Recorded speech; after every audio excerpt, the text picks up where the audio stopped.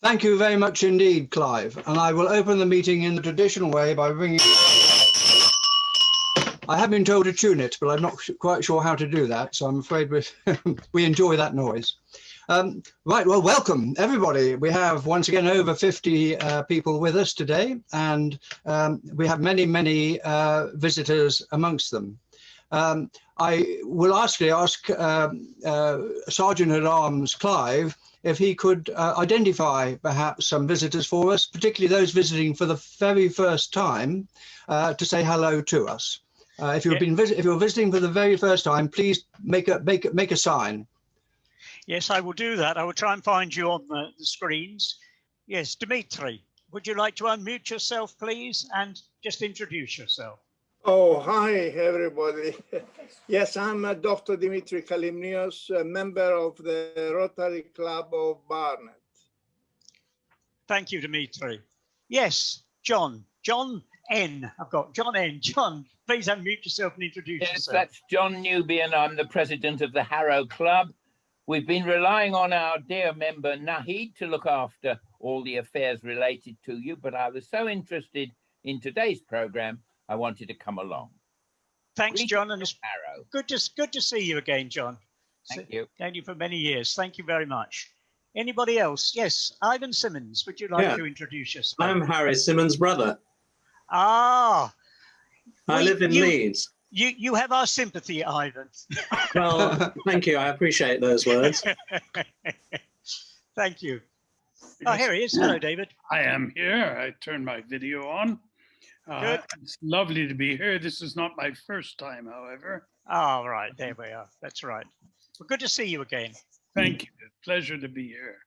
Can I welcome everybody else, all the visitors here today, those who've seen several of you several times before, and I'm sure it's no disrespect if we don't mention everybody today, because it would take quite a long time. But someone I would like to introduce now is Dr. Siraj Chhabra. Siraj, would you like to just unmute yourself whilst I introduce you? Siraj is joining us as a member, a new member of the Rotary Club of London, but not a new Rotarian. She was a member of the Rotary Club of City and Shoreditch until Saturday, and has gone through the usual process and has received approval, no objection from the members to her joining us. Dr. Shiraz is a medical practitioner specializing in psychiatry, and she was a consultant psychiatrist. We no need to go through and explain all about Rotary. She knows all about Rotary. I just make clear that we don't seek to recruit existing Rotarians from other clubs, but if other Rotarians need to change, would like to come to us, they are most welcome. That's the case. In Siraj's case, this is what has happened. So Siraj, welcome to the Rotary Club of London. We're very pleased to see you here as our latest member. There will be another one joining just a little later in the meeting. If you just want to say hello, that would be good. Thank you so much for having me. Thank you so much for welcoming me and taking me in your club. I am honored. You're very welcome. Thank you very much, Sergeant at Arms Clive. And as you've already intimated, today we have one of those most important events for any club, and that's the induction of a new member. Today, it is our pleasure to induct David Amadou. And it's my privilege and pleasure to welcome him into membership. He's proposed by immediate past master Tim Andrews, who will speak about him shortly. His proposal has been reviewed in accordance with the constitution and bylaws of the club. And I'll now ask Tim to say a few words about, if he's online. He's on, yes, Tim is here. Tim is with us, yes. I have known David Amadou for, yeah, thank you. Can you hear me okay, Clive? Can you hear me, Clive? Yes, can hear you. Can anybody hear me? Yes. Okay. Yes, we can hear you. We can hear you. We can hear you. Yeah. I've known David Amadou for. David is a very dedicated, motivated individual who will always give 110% of himself to something he gets involved in.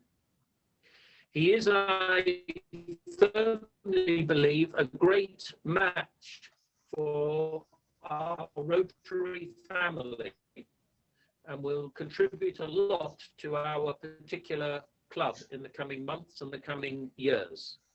My own personal view is he would be well suited to the C&V committee, but that's not up to me to decide. But I know he's going to get on fabulously in the club and will contribute a lot to it. So, David, a warm welcome from me, and I will hand this now back. Thank you, Tim.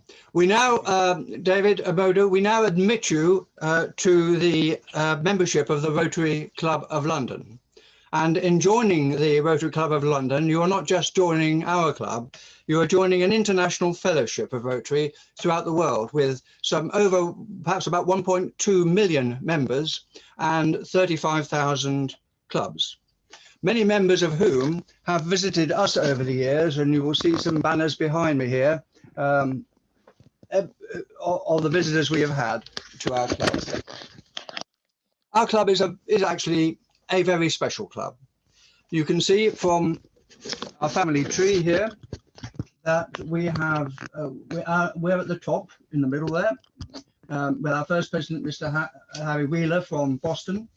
And we've generated over 120 clubs since our foundation, of which 2, including the Margate Club that you can see there on the screen just to the right, which is now reaching its 100th anniversary.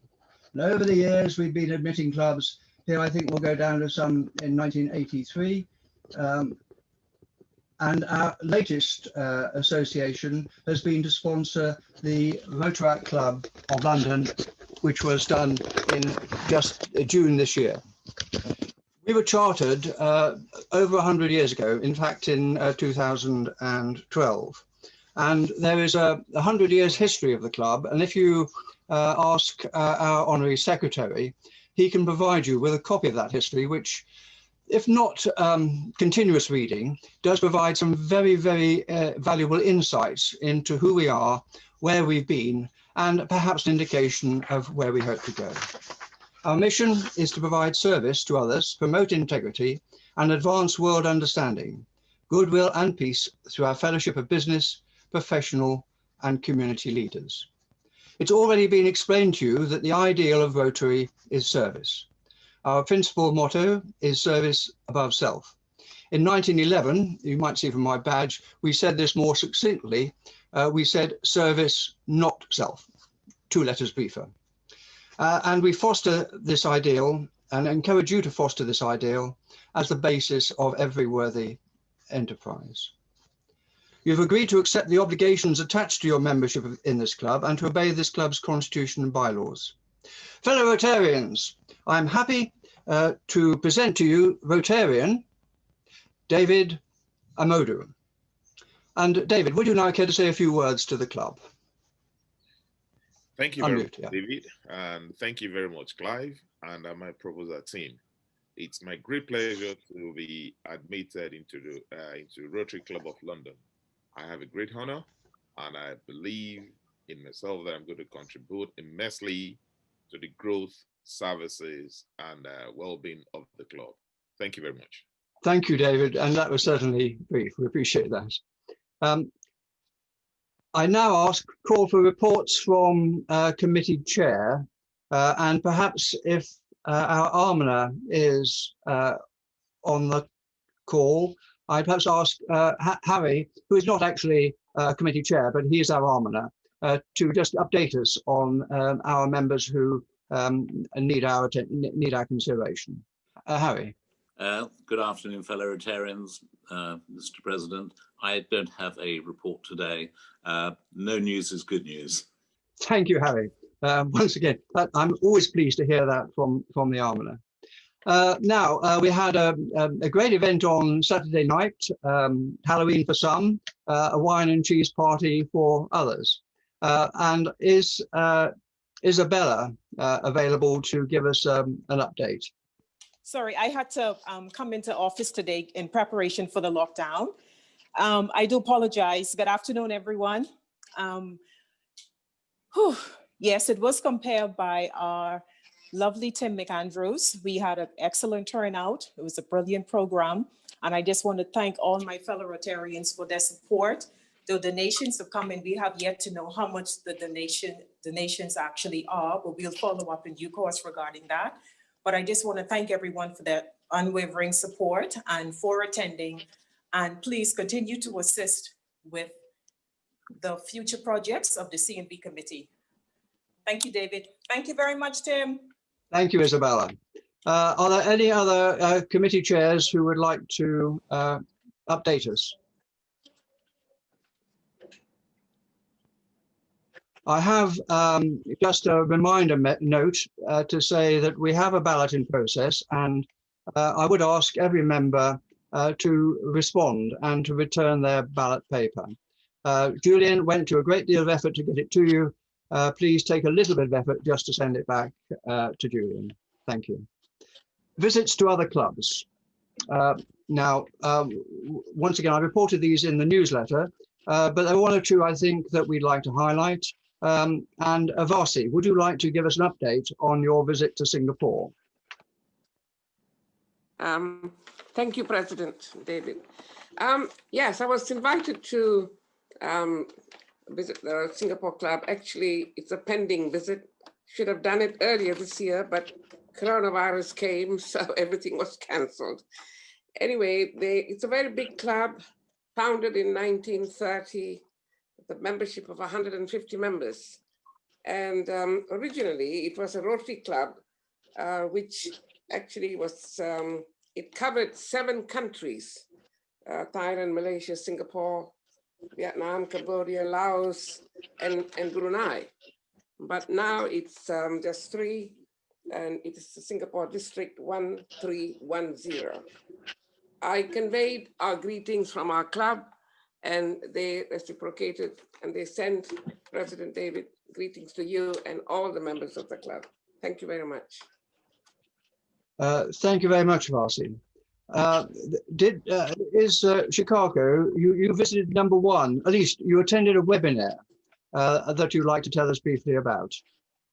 Not the number 1 this time, but I was invited to Chiswick and then Brentford Club meeting with immediate past president, GBI, Donna Wellbank, and then District Governor Francis on Tuesday 2 weeks ago. And then also Saturday 24th, I attended United Nations 75 years anniversary event invited by a club of New York.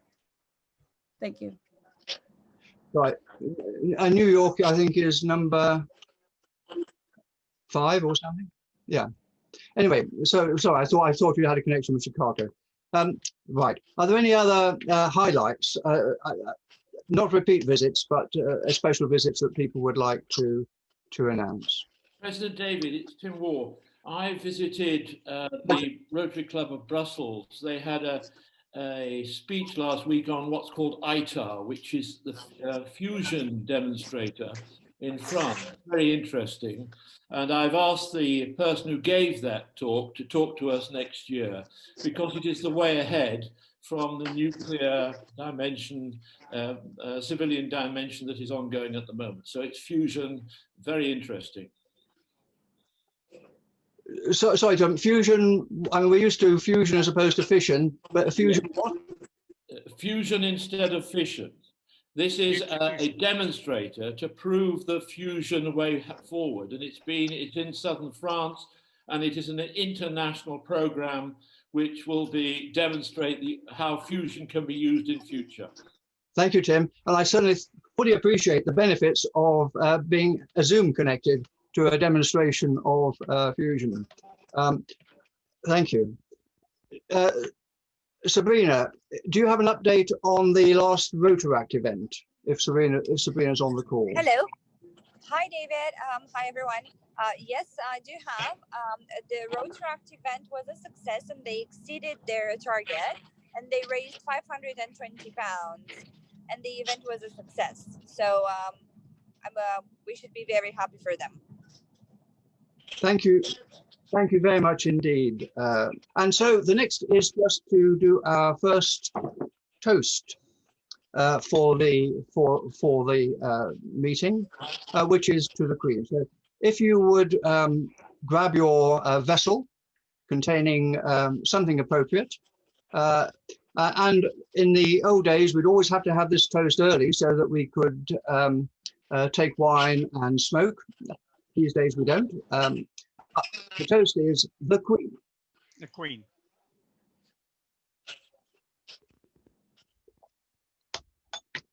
It's now my pleasure and privilege to introduce our speaker, Professor Sir David Omand.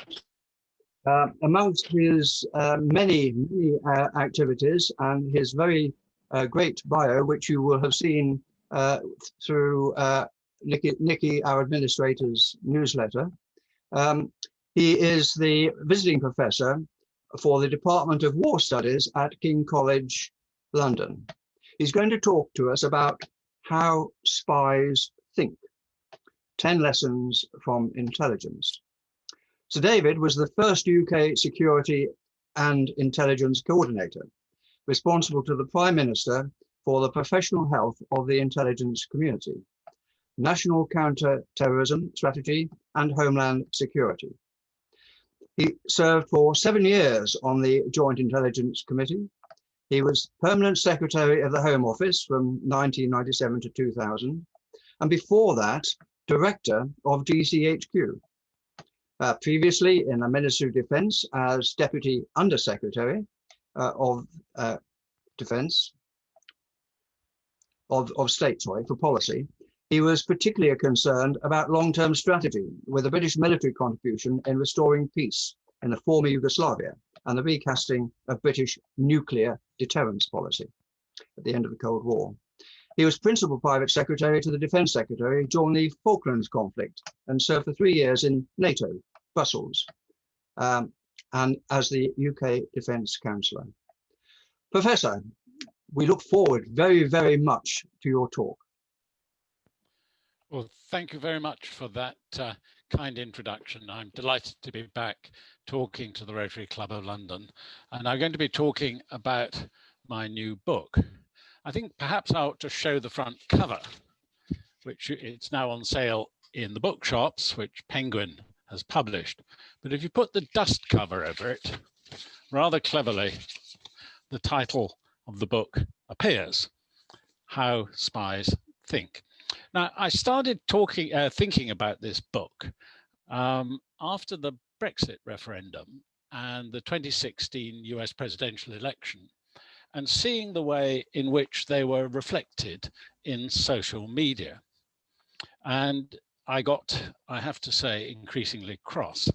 And I wanted to send out a call to arms in favor of more rational analysis to support decision-making and to oppose what I saw as a rising tide of half-truths and distortions that were trying to persuade us online of what we ought to think and want, not to mention the downright falsehoods and deceptions we were being fed, and not just coming from Russia, aimed at widening divisions in society and increasingly setting us at each other's throats.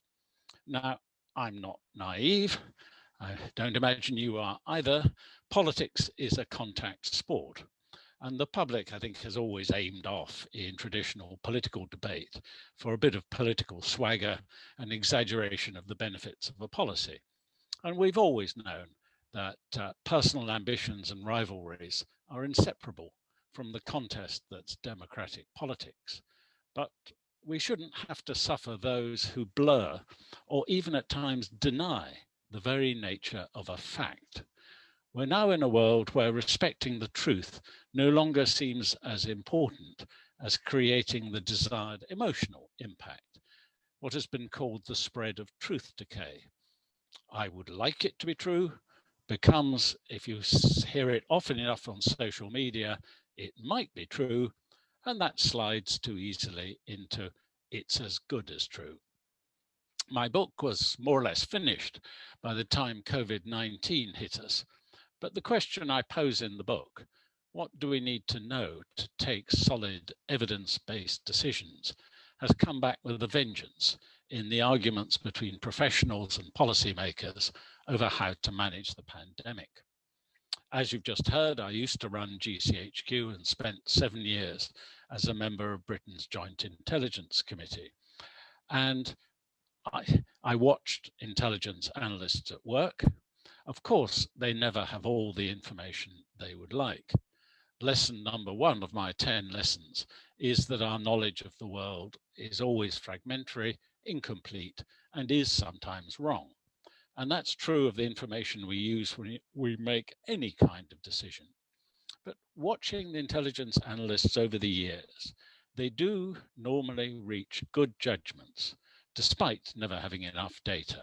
And I think we can all learn from their methods, and we can all acquire the sort of self-knowledge they try to acquire of the ways in which we're all more likely to fall into error or to be deceived. When it comes to making a personal decision, where to live, what job to apply for, whether to wear a mask in the street this afternoon, a decision that has implications for the welfare of others, we have to bring together in our own head 2 different qualities of thought. On the one hand, rational analysis of the situation we're in, and on the other, our ambitions for what we want to achieve by our choice, or what outcomes we fear and wish to avoid. Both kinds of thought, the dispassionate and the passionate, the is and the ought, need to be understood if we're to make sound decisions. Bringing those types of thinking together has always been hard, but I think it's getting harder in the internet age. The emotional is distorting the rational. What you find online cannot be assumed to be objective evidence. Instead, what comes up is often emotionally manipulative, contradictory, and sometimes deliberately false information from more sources than ever. Just think of the COVID-19 conspiracy stories swirling around, connecting 5G masts with the spread of the disease, or anti-vaxxer propaganda that tries to convince us that the COVID-19 vaccines, when they come, will be dangerous for public health. And I think that observation about information is as true about preparing to make choices in the polling booth as it would be choices made, I don't know, on an online dating site. In the arena of national security, we take care to separate these 2 kinds of thinking. We want the most impartial professional judgments possible, using all sources of information, from the Joint Intelligence Committee, for example, or these days the SAGE Scientific Advisory Committee, to guide those who in the end have to take the hard decisions. By understanding how they can fall into error, and by following the physician's Delphic command, first know yourself, analysts can reach a high standard of impartiality and truth-telling. We then expect ministers and their policy advisors to take careful heed of such analysis. Of course, they have to apply their political belief systems. They have a democratic mandate to take the final decision. But the problem today, I think, is that the emotional side is leaching across to distort our view of the rational. And I remind us in the book of why so much online content works at an emotional, not a rational level. It's a toxic combination when the inherent characteristics of the business model of the internet combine with our very natural human psychological vulnerability when we're online. Algorithm-driven targeted advertising is what pays for the benefits we get free at the point of delivery. Our own personal digital data, online searches, viewing, sharing, liking, spending is known by the machines and is used to market stuff at us. And that is what is now targeting politicized messages more precisely at us. The more outrageous the material, the more clicks it attracts, the less it costs the originator.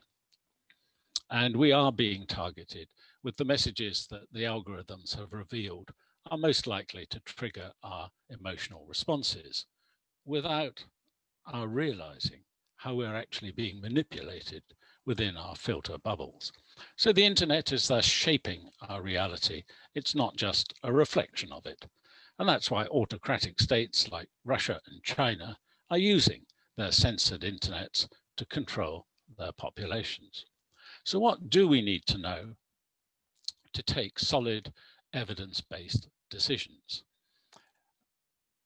There are four outputs, I think, from using our native intelligence that can reduce our ignorance. And together they form what I call the SEES model, S-E-E-S. SEES model of intelligence: situational awareness, explanation, estimation, and strategic notice. And the first four chapters of my book looks at each of these outputs in turn. Situational awareness comes from accessing data about what's actually happening on the ground or in cyberspace, answering the sort of factual questions that start with what, when, and where. Just think of all these COVID statistics we get given. We need reliable, consistent situational awareness of what we face before we start arguing about policy choices we might have over what to do about the situation. But as I mentioned, the first lesson in intelligence is that our knowledge, that knowledge of the world, is always fragmentary, incomplete, and sometimes wrong. The COVID-19 figures are difficult to interpret. The figures show daily cases, but by date when the test result is recorded, not the date when the sample was actually taken, which is really what matters. We get hospital admission numbers, but not including Scotland. Deaths from the last 28 days are shown from all causes, but not the most important figures of excess deaths compared with pre-COVID levels. Those who are tracing contacts have no access to hotspot data because Google and Amazon refused, and Apple, on their own view of data privacy, to let their app record it. So situational awareness matters, but it isn't always entirely straightforward. In national security, having situational awareness really does matter. Margaret Thatcher would have woken on the 2nd of April 1982 to discover a fait accompli: Argentine forces in control of the Falklands and her own head on the political bloc. Had it not been for GCHQ intercepts earlier in the week, revealing that an invasion force had set sail for Port Stanley. I describe in the book the moment when I was working in the House of Commons with my boss, John Nott, Defence Secretary, when a runner arrived from Whitehall with a locked pouch containing 3 GCHQ intercepts of Argentine naval communications that they had captured and deciphered.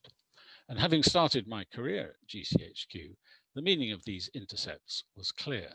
Against all expectations, the islands would be invaded by the end of the week.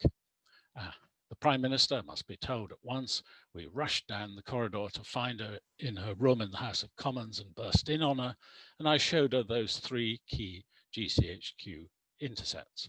In the extraordinary meeting that followed, the decision was taken to send a naval task force to the South Atlantic. You will all remember it well. I will never forget telephoning the duty commander in the Ministry of Defence later that night from her room to pass on the historic order, ready the fleet for sea. Showing resolve by having the task force announcement ready when the fact of the invasion became public saved her government. Unusually, the GCHQ intercepts on that day were unambiguous in their meaning. But the second lesson in intelligence is that facts need explaining. They are capable of multiple interpretations, as every defense lawyer recognizes, and there are probably a few lawyers amongst you. Let's take an assumed fact. The accused fingerprints were found on the fragments of a bottle that was thrown at the police. Was that because he threw it? Or was it just his old wine bottle the mob spotted as they rushed past the recycling bin outside his house? Same fact, different interpretations. So explanation is the second output of intelligence analysis needed to support good decisions, answering objectively questions about why and how. Why is it, for example, that members of some minority communities are worse affected by COVID-19 than others? The explanation really matters. Explanation is hard. It often boils down to assessing the motivation behind some observed act. Why does Russia use the illegal nerve agent Novichok as a murder weapon, given that its use points straight back to the Kremlin? Our emotional state of mind affects how we infer meaning. Imagine it's late at night, you're on the last train back from Heathrow to town, you're sitting on in an empty carriage when a burly, unkempt man comes into the carriage and sits behind you and starts talking aggressively to himself, apparently threatening trouble. Those sense impressions are likely at first to trigger the thought, he could turn violent, and instinctively you look, how far is the door to the next carriage? Where is the emergency alarm? And then you notice the tiny earpiece that he's wearing, and you relax. Your mental mapping has flipped over, and you now have a non-threatening explanation, which was the simpler phenomenon of a very cross and tired man off a long flight making a mobile call to the car hire company that failed to pick him up. And what made you for a moment apprehensive of how events might turn out was how you added emotional color to your mental map, in this case, red for danger. That framing was almost certainly beyond conscious thought. It may have been triggered by memory of past situations, or perhaps you just watched a scary movie on your flight, such as Halloween. But if you have a sound evidence-based explanation, you can be much more confident in moving on to estimate. And estimate is a word that intelligence analysts much prefer to predict. Nobody has a crystal ball, least of all intelligence analysts, but you can estimate within a range how things might evolve on different assumptions. In other words, you're modeling. And the third lesson in intelligence is that to estimate, you need a sound explanation, not just sufficient data. I can forecast tomorrow's weather by simply extrapolating from that of the last few days. Most of the time it works, probably 70–80% of the time, but when I'm wrong, I may be disastrously wrong as a hurricane sweeps in from the Atlantic. So estimates and modeling are the third component, the third output you need to answer vital questions about what's likely to happen next if we do or we do not adopt a particular policy or act in a particular way. And that, of course, is what we face today with COVID lockdown. What will be the likely effect of different kinds of lockdown measures? Our estimates of how events might unfold are going to depend on both the adequacy of our factual base, our situational awareness, and the soundness of our explanation. And it'll also depend on the assumptions we may have made about how individuals are likely to behave. I use in the book the example of the Bosnian Serb army commander, General Mladic, known as the Butcher of Srebrenica. I was a member of the Joint Intelligence Committee at the time, and after the massacre at Srebrenica on the 11th of July, 1995, we had to try and estimate what he was going to do next. 2 weeks later, I was with Air Chief Marshal Paddy Hine, Commander-in-Chief of Strike Command, along with our American and French opposite numbers, on a secret visit to Serbia to meet Mladic in a discreet villa outside Belgrade. Our mission was to warn Mladic that any further moves against the United Nations safe areas would result in American, British, and French air power being unleashed on his forces, and to try and assess from his response, was he going to heed the warning?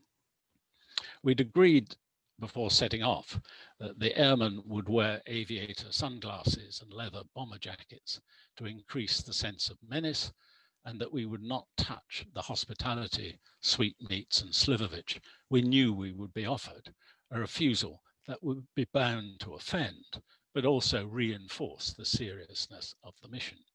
In fact, Mladic made it easy to assess his motivation. Increasingly angry, he tore open his shirt with a cry of "Kill me now if you must, but no foreign boot will desecrate the graves of my ancestors." He read us his handwritten account of the tribulations of the Serb people since their defeat at the hands of the Ottoman army in 1389 in the Battle of the Field of Blackbirds, and delivered what was frankly a racist declaration that the Bosnian Muslims, or Turks as he insisted on calling them, had no right to be in his country, and he was determined to drive them out by force. We flew back late at night from our mission, having reached our assessment that to stop his ethnic cleansing, nothing short of full-scale NATO intervention would do, which is, of course, what happened. Mladic is now serving a life sentence for crimes against humanity. Finally, to complete the outputs of the SEAS model, we need strategic notice of possible future challenges that might come and hit us. Whilst we're examining the facts on the ground, we're trying to explain them, we're trying to work out what can happen next, something can creep up and hit us on the back of the head. The black swans, these are often called. And strategic notice helps answer those questions. How could we best prepare for whatever might appear next? Or even, how could we preempt this risk so that it never comes to test us? My best example of that is Francis Drake singeing the King of Spain's beard, burning in Cadiz Harbour the boats which were to be the invasion fleet, and thus saving Queen Elizabeth I's England from the first potential armada. So if you have strategic notice of possible futures, you can think about, do we need to commission research? Do we need to do some stockpiling? Do we need to start preparing the public for what they might do if some disaster came to hit us? When I was in the Cabinet Office as Security and Intelligence Coordinator after 9/11, we published a risk register for the United Kingdom. The top right-hand corner of the graph of likelihood against impact was a pandemic, a coronavirus pandemic. That was more dangerous than any terrorist attack, accident, or other natural disaster that we could think of. So the fourth lesson in intelligence is that if you have strategic notice and you use it as a government, you don't have to be so surprised by surprise itself. And as individuals, we have strategic notice of the risk that our houses might burn down, so we insure. It's the same principle. In government, professional analysis and policy making are different domains that sometimes find it difficult to understand each other, and we can see this today in the arguments about what to do over COVID-19. The process of analysis can seem a bit abstract, a bit remote from the media-dominated world of the politician, but the policy can too often appear to be driven by magical thinking, believing that some objective will be obtained without carefully checking that the real-world mechanisms and resources are on the ground capable of securing it. And the second part of my book delves into the reasons why, despite our best efforts, we can get it wrong. So cognitive errors, the fifth lesson in intelligence, it's our own demons that are most likely to mislead us. We can be susceptible to obsessive states of mind, and we probably all know some people in these lockdown circumstances who've fallen into that trap. And we need to understand the enduring appeal of conspiracy theories. Seeing is not always believing. As I've mentioned, particularly on social media, we are manipulated, deceived, and fakes are presented to us. My final chapter and lesson in intelligence, however, is the reminder that the threats from subversion are now digital.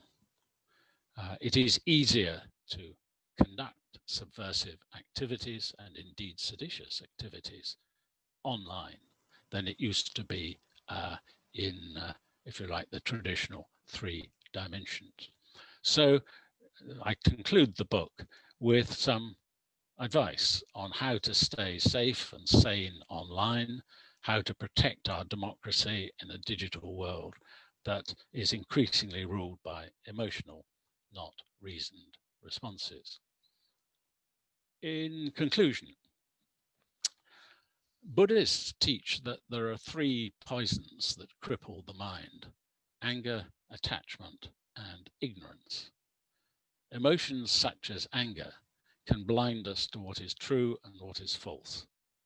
Attachment to old ideas with which we feel comfortable can falsely reassure us that the world is predictable and blind us to threatening developments. That's what causes us to be badly taken by surprise.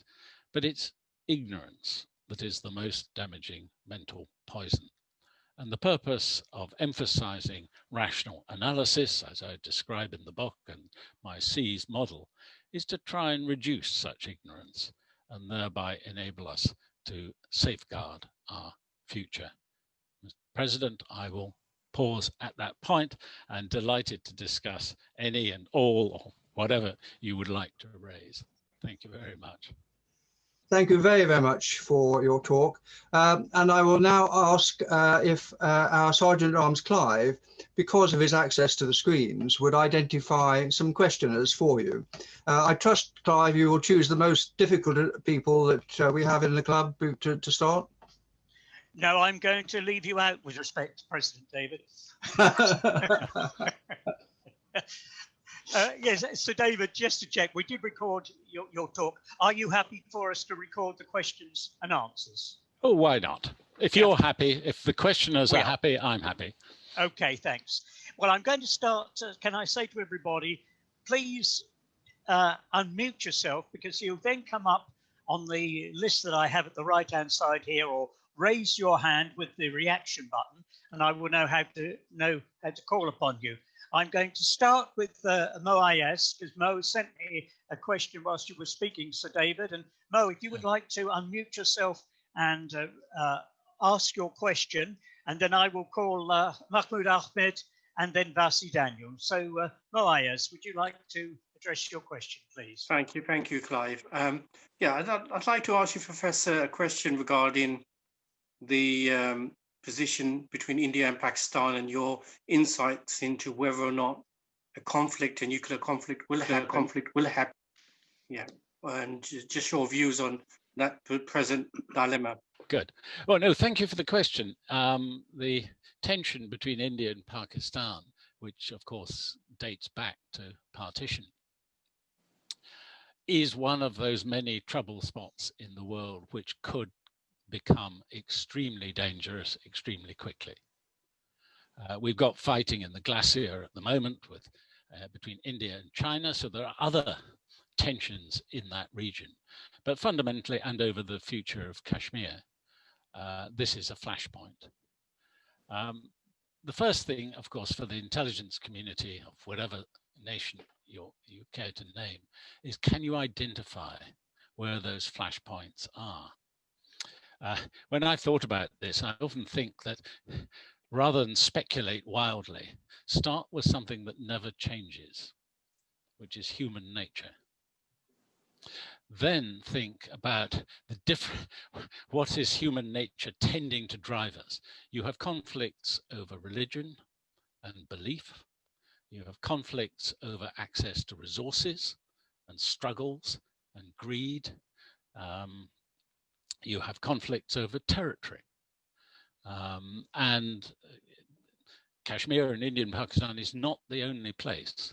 There are many. If you just simply go around the globe and see whether one of these principal drivers, whether it's religious, belief-driven, whether it's over disputed territory, having said that, you identify the flashpoints. You try and get a view of what is going on the ground. Are there any particular moves And recently there have been some very unpleasant terrorist incidents, for example, terrorism-related incidents. Then the explanation. What is at the heart of this? And you may have a different view from me. I don't know as to what are the drivers. But then you can, if you have a good explanation and you've got a good grasp of what's happening on the ground, you can begin to hazard some modeling. What if there were to be an international peace process? What if there were to be a referendum on status? What if one side were to decide to militarize even more than the other? Would that destabilize? And in that kind of way, you begin to build it up. But strategic notice, my final S in the word SIES, is important, just to keep an open mind in case something really unexpected were to happen. It's only a relatively small number of years since many of us were genuinely fearing a nuclear conflict between India and Pakistan. Thankfully, diplomacy was diffused, but please, we must never go there again. And that's where having strategic notice that could happen again. And do we have the international mechanisms and the hotlines in place to defuse it before it got out of control? Sorry, that's a very long answer, but it's a fascinating case study in how you can use this kind of thinking. Thank you, Sir David. Mahmoud Ahmed, would you? Yes, like thank you very much. Yeah, Sir David, that was really a very interesting talk, and I particularly liked your very vivid expression, truth decay. Now, let me say very quickly, I didn't invent that one. If you go online and you look up truth decay, you'll find a wonderful report written by the RAND Corporation, non-profit organization in the United States. But I was very taken by the phrase, as you were. It is. It's. I won't forget that lightly. But well, I don't like to be pessimistic. I mean, I'm a natural optimist, but it seems to me that has, this business of fake information, fake news, really casts a very big shadow over your 10 lessons. I mean, evidence-based decision-making, I fully empathize with, but I'm just wondering that in the light of this doubt over what we think we know, it becomes increasingly difficult. And I'm just wondering whether you have any thoughts about where this is taking us, and where does your skills and take us in the future with this becoming an increasingly big problem? Thank you for that. Two quick responses. One is that I think self-knowledge does help. So once we begin to realize what is being done to us, sunlight is the best disinfectant. A vigorous independent media can expose some of the tricks that are going on. That's one part of it. So becoming more aware and pushing back. I actually in the book recommend that we start teaching children critical thinking, not just expecting them to pick it up as part of learning about history or science or whatever it might be, but actually teach critical thinking in the context of the internet, because they're going to grow up. They will have known nothing other than an internet dominated world. So we should actually be taking the trouble to educate people to be safe in that medium. But beyond that, we've still got to find some ways in which we can tackle the fakes, the fakery. The latest examples of this are video fakes, deep fakes, which are very difficult to spot. I mean, given enough analysis offline, you can usually find out that the leader did not actually say what the social media said he said. You saw the video for yourself. Seeing is believing. Well, it isn't, because they made it up. And filmmakers, Hollywood, can now produce avatars, can produce these effects. for enjoyable films, but so can the bad guys. And that can trash people's reputation. And once the word has gone round the globe that, let's say, anti-Semitic remarks have been made by some famous individual, how are they ever going to throw off that slur on their reputation? So that's dangerous. The other thing which is coming up fast is automatic text generation. So you have a program. In fact, I think Elon Musk had one of his companies had actually developed an advanced version of generating perfectly readable, sensible text. You simply give it some examples of the style you want it written in, give it the subject, give it access to the databases of the internet, and it will generate perfectly comprehensible copy that makes every kind of sense. And I think, if I remember rightly, Elon Musk refused to allow the company to release this because it's so dangerous. Because you could have our inbox is flooded with apparently, apparently good, well-written texts, newspaper-type reports, commentary or whatever, generated by a machine to order. So you could have thousands of these. Now, how do we cope when that happens? So your question is absolutely to the point. We'll have to get the companies, the internet companies, to help us. It's only a few years ago they said, oh no, it's not our responsibility. We just maintain the pipes of the internet. What flows through those pipes is not our business. We're not publishers. We're technical managers of supply conduits. They've changed that view. The thing that changed Facebook's view of this, I think, was the fact that major advertisers started pulling their advertisements and saying, we're not prepared to advertise on a platform if there's a risk that our perfectly good product is going to appear on the same page as some piece of child abuse or terrorist content. So that forced Facebook to employ a lot of people going through and some algorithms trying to catch this noxious material that was flowing through their pipes. So I think the companies can do a bit more.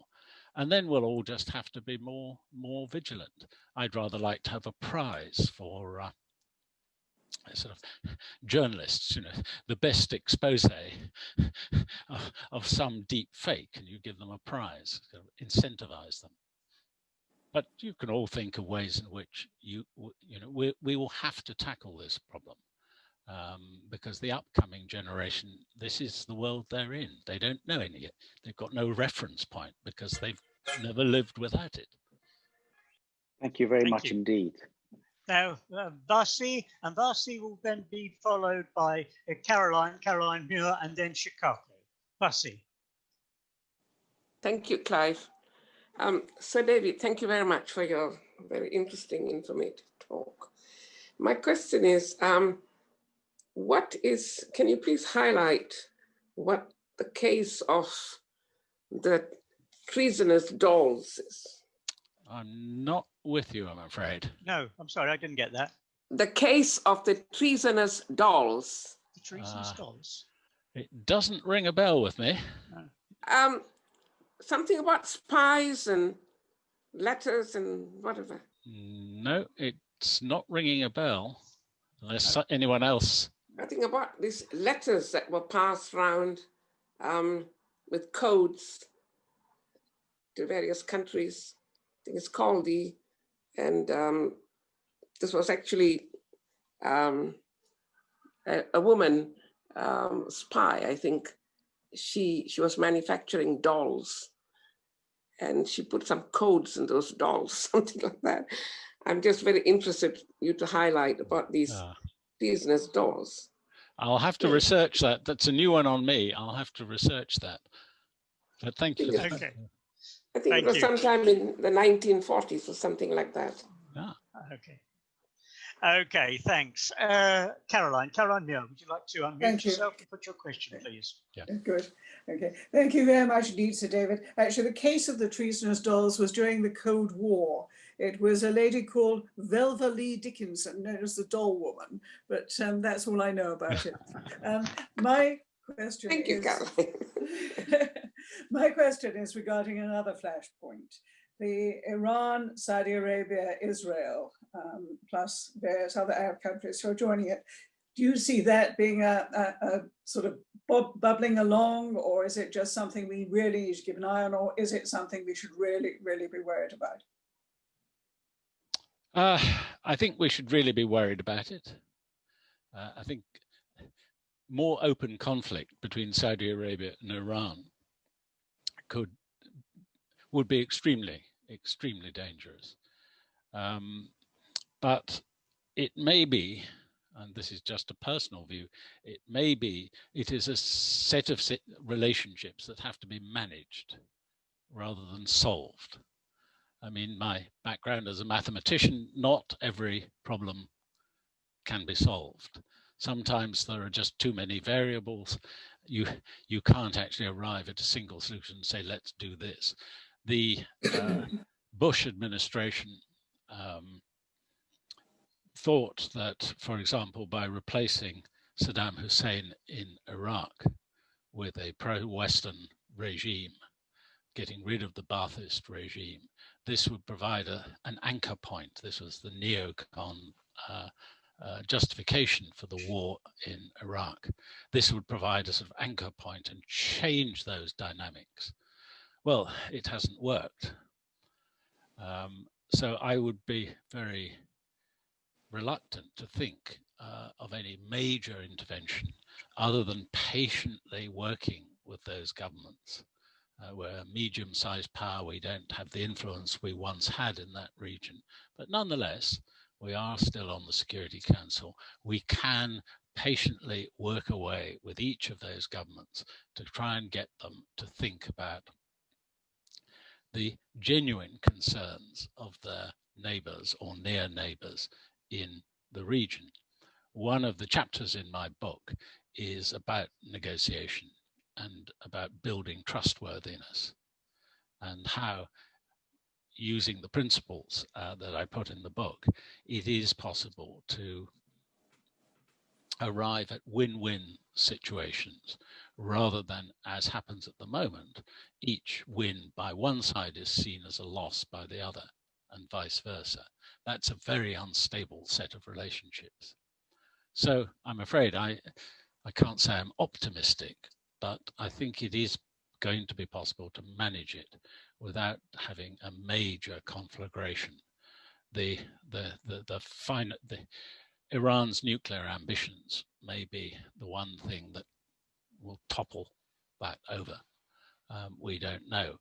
So much will depend on the outcome of the US election and who becomes president, and whether they are prepared to restart some constructive thinking about working with Iran on independent inspection of their programs. That's a big ask, but that's about as good as I can give, I think, as an answer to a very good question. Chicago. Thank you, Clive. Thank you, David. I have two questions, and then one is the first one is social media is a new kind of warfare in the world right now, and then how the UK intelligence services deal with or tackled those fake news by from other countries. And then other question is what happened after the Brexit? How affected to UK intelligence service or the home security in UK? Because the 5 eyes doesn't affect it, but in the 9 eyes or 14 eyes, it's including so many European countries. So it's like we're gonna have less information from or sharing. I just wonder. Thank you. Very, very good questions, if I may say so. On the fake news front, I think this is not a problem that government, let alone its intelligence agencies, can solve for all of us. If this is going to be tackled, it has to be an all-of-nation effort, all the way down to how we educate people to use social media sensibly. But there is a part that the intelligence community can do, which is uncovering that which others, the bad guys, want to remain hidden. We've seen this in the United States with Bob Mueller's investigation of the 2016 election, showing all the different ways in which Russia was interfering with that election and may well have swung it.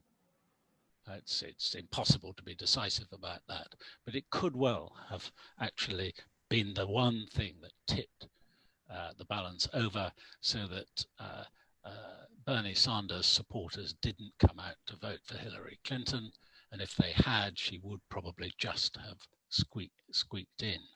So it can make a big difference, that kind of interference.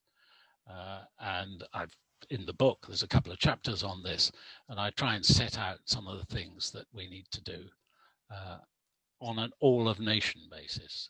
You can't just rely on where the intelligence agencies have been successful and have been admitted publicly that they've been doing it, was tackling the wave of terrorist propaganda that was being pushed out, beheading videos and all the rest of it from the so-called Islamic State. And they took an active role in that. They went in and attacked the attackers. They made it hard for those videos to be uploaded. They interfered in various ways with the freedom of action of the terrorists to post stuff on the media.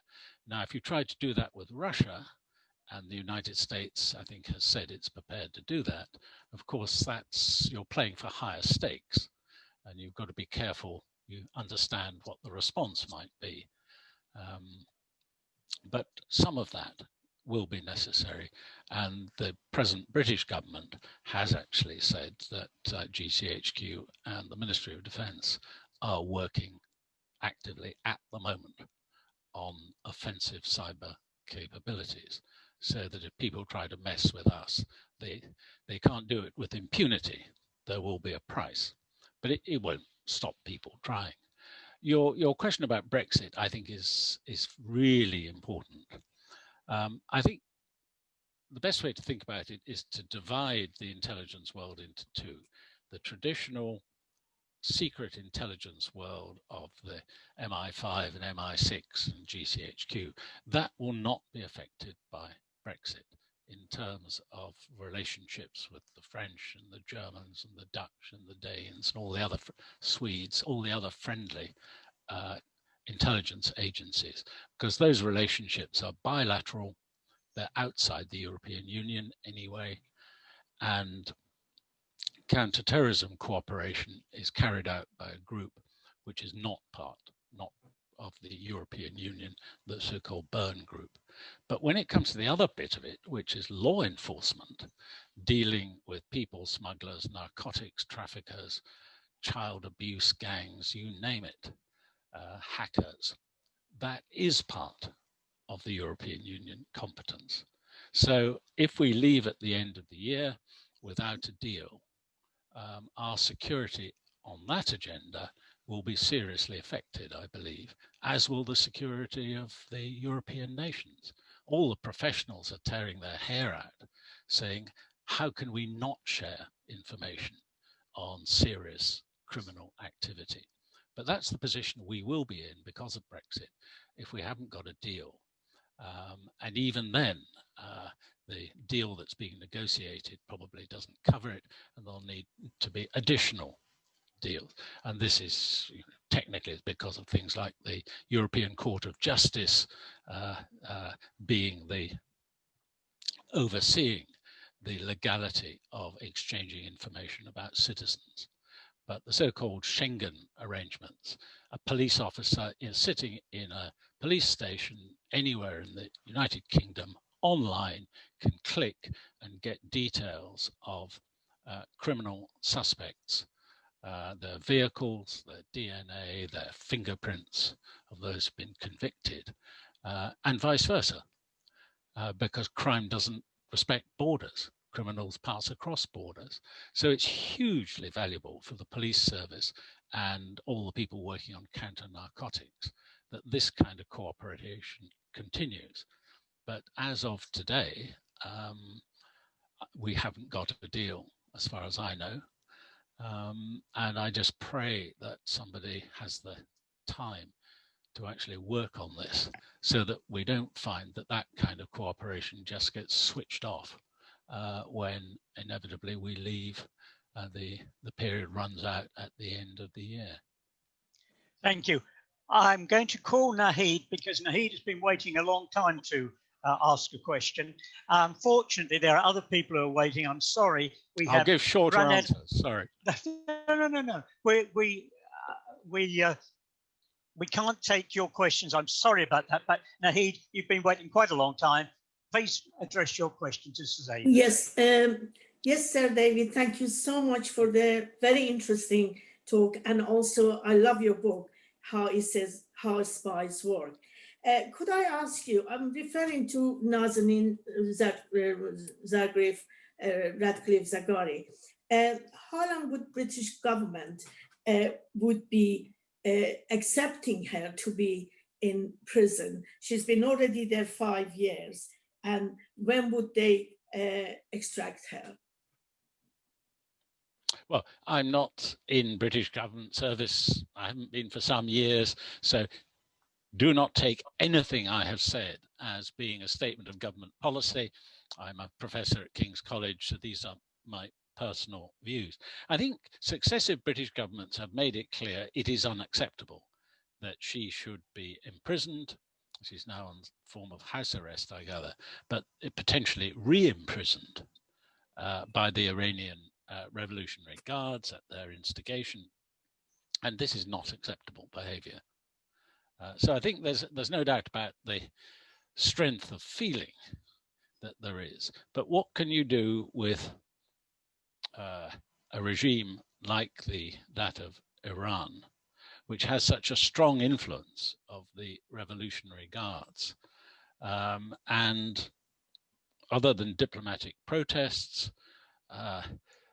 encouraging other nations to follow us in potentially imposing sanctions, that's one possible route, but you can't physically extract some, and to even think of that would be hugely dangerous for her and her family, who are, of course, at the moment looking after her in Tehran. So I don't see an easy way out of this other than keeping up the pressure. And of course, she has, I think, and her husband have behaved wonderfully. It's a model of human behavior against what is really oppression. Thank you very much. Thank you very much. Thank you. I'm sorry, everybody. We've just passed 2 o'clock. I know there are a number of other people who would like to ask a question, but I must now hand back to our President, President David, to call upon a vote of thanks. President David. Thank you very much indeed, Sergeant at Arms Clive, and thank you very much for the way in which you've answered our questions. I would now like to call on past President Anthony Newton to give you the vote of thanks on behalf of the club. Anthony. Thank you, David, for an excellent talk. I think I would sum up everyone's feelings at having heard you speak today by saying, and using some of your own words back at you, that by any rational analysis and decision-making process, your talk today has been absolutely outstanding, has made us think deeply about the world today, has shown us clearly the sort of person you are, the sort of enormously valued and important part you've played in the security of this country, and hopefully will continue to for a long, long time to come. So thank you very much for today, David. You were absolutely brilliant. And may I ask everyone to show their appreciation the usual way.